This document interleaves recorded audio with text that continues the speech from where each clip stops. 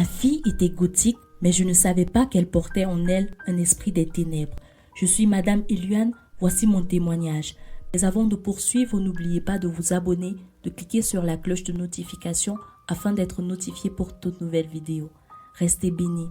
On m'a toujours dit que chacun de nous avons notre personnalité, un style qui nous est propre et que c'est par ce moyen que nous nous différencions des autres. Pour cela, j'en étais bien sûr d'accord. Ça me paraissait si évident. Il est vrai qu'à un moment, je me demandais si réellement les personnes mauvaises ou gentilles avaient été ainsi créées. Mais très vite, le récit de la Genèse avait mis les points sur les i. Le mal n'est apparu qu'avec la désobéissance d'Adam, là c'était bien clair. Mais ne nous éloignons pas du sujet, revenons. Je parlais tantôt de l'identité de l'homme, problème qui pour moi est resté entre parenthèses et même aux oubliettes jusqu'à ce que je me marie. J'avais bien pris la peine et le temps d'étudier mon conjoint et pour moi rien ne clochait. Nous eurent deux magnifiques enfants qui en grandissant développèrent chacun leur personnalité. Emmanuel le garçon était si attentionné, aimable et attachant avec tous, principalement avec moi, raison pour laquelle on m'appelait même la mère d'Emmanuel. Shadow la fille par contre était très discrète et renfermée. Elle ne parlait que lorsqu'il fallait faire et dire des choses importantes. Elle ne faisait jamais la causette ni avec ses amis ni avec sa famille que nous sommes. Je trouvais cela assez étrange, d'autant plus qu'à son jeune âge, elle n'avait pas toujours été comme ça. Elle était certes calme, mais ce caractère s'intensifiait au fur et à mesure qu'elle grandissait. Mon mari et moi avons essayé de trouver une solution, mais rien. Nous recourûmes même à des méthodes proposées par le pédiatre, ensuite le psychiatre, mais elles semblaient inaccessibles. Un soir, alors que je passais près de sa chambre, j'entendis ma fille parler avec quelqu'un. Je savais bien qu'elle était seule dans sa chambre. Ou peut-être c'était-elle faite des amis. Mais non, au point de les inviter à la maison, non, c'était peu probable. D'autant plus que j'étais restée à la maison toute la journée et n'avais vu personne. J'entrai donc dans sa chambre. « Maman, pourquoi est-ce que tu débarques dans ma chambre sans frapper? Tu sais bien que mon intimité m'est sacrée. »« Ton intimité ? Je t'ai mise au monde, alors ne me parle pas d'intimité. Et puis depuis quand, pour entrer dans ta chambre, j'ai besoin de me signaler? Nous sommes les seules filles de cette maison quand même. Peu importe maman, ça ne te donne pas le droit de débarquer comme ça dans ma chambre. De toutes les façons, c'est fait. Bon, dis-moi ce que tu veux et puis on en finit. » J'étais choquée de voir à quel point ma fille se comportait avec moi comme avec une étrangère. Comme si je ne la connaissais pas, comme si je ne l'avais pas portée en moi pendant 9 mois. En fait, en passant, j'ai cru t'entendre discuter avec quelqu'un, dis-je. Tu m'avais l'air vraiment concentrée et surtout sérieuse, alors j'ai voulu voir qui c'était. Est-ce que tout va bien? Et pourquoi tu n'irais pas? Je parlais à mes potes, dit-elle. Au téléphone? Non, ils sont imaginaires. Et lorsqu'ils arrivent, je discute avec eux avant de passer à autre chose. J'avoue que je n'y comprenais rien. J'en fis part à ma mère juste après. C'est pas normal, cet enfant devient de plus en plus insaisissable. Il faut trouver une solution et cela très vite, dit-elle. Lorsque j'en fis part à mon mari, je fus déçue de sa réaction. Elle doit certainement avoir vu trop de films d'ados, j'étais pourtant mise en garde. Ces enfants sont trop obnubilés par les programmes télé. Tu devrais être plus stricte avec eux. Je te rappelle qu'Emmanuel lui également regarde la télévision, mais n'affiche pas ce comportement. Et puis ils sont même très rarement devant les écrans. Shadow, elle encore moins. Elle passe la majeure partie de son temps dans sa chambre, à moins qu'elle ait également une télé imaginaire. Je te rappelle enfin que tous deux sommes chargés de l'éducation de ces enfants. Et pas seulement moi. Alors trouvons une solution ensemble, veux-tu? Je ne vais pas forcer mes enfants à être ce qu'ils ne sont pas. Ils sont libres et toi tu peux un peu les lâcher s'il te plaît. Être ce qu'ils sont, dis-tu? Shadow n'est même plus elle-même. C'est comme si elle n'existait plus de ce monde. À croire que son nom a vraiment effet sur elle.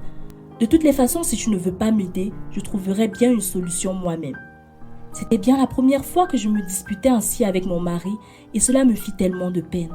Mais le bien-être de ma fille comptait plus que tout. Je savais en moi qu'elle avait besoin d'aide, mais puisque sur le plan médical, il n'y avait rien à faire, je décidai de me rendre à l'église, puisque c'était le seul moyen.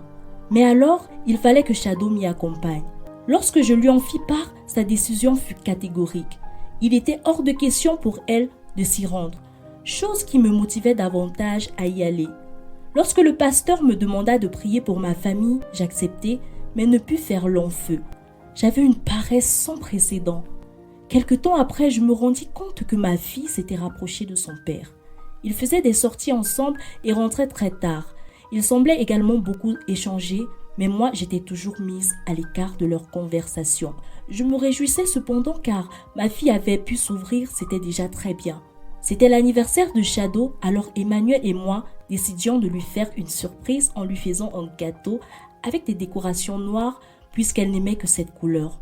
Mon mari, quant à lui, me fit comprendre qu'il irait avec elle en journée, histoire de faire diversion, et choisit avec elle son cadeau, puisque personne ne maîtrisait vraiment ses goûts.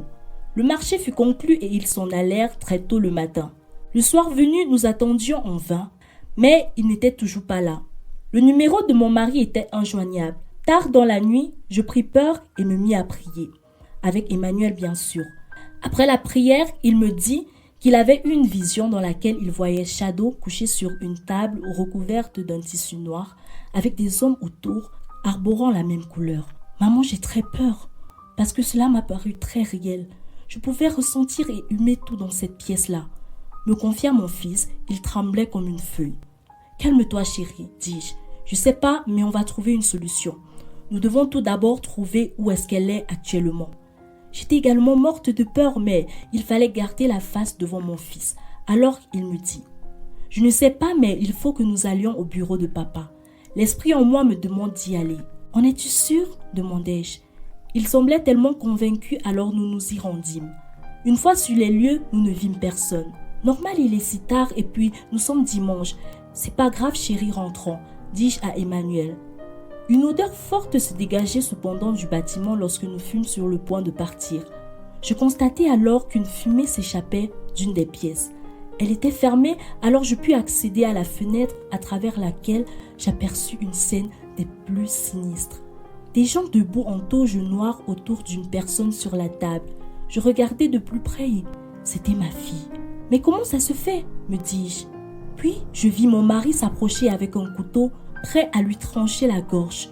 Je criai de toutes mes forces et c'était la panique totale dans la pièce.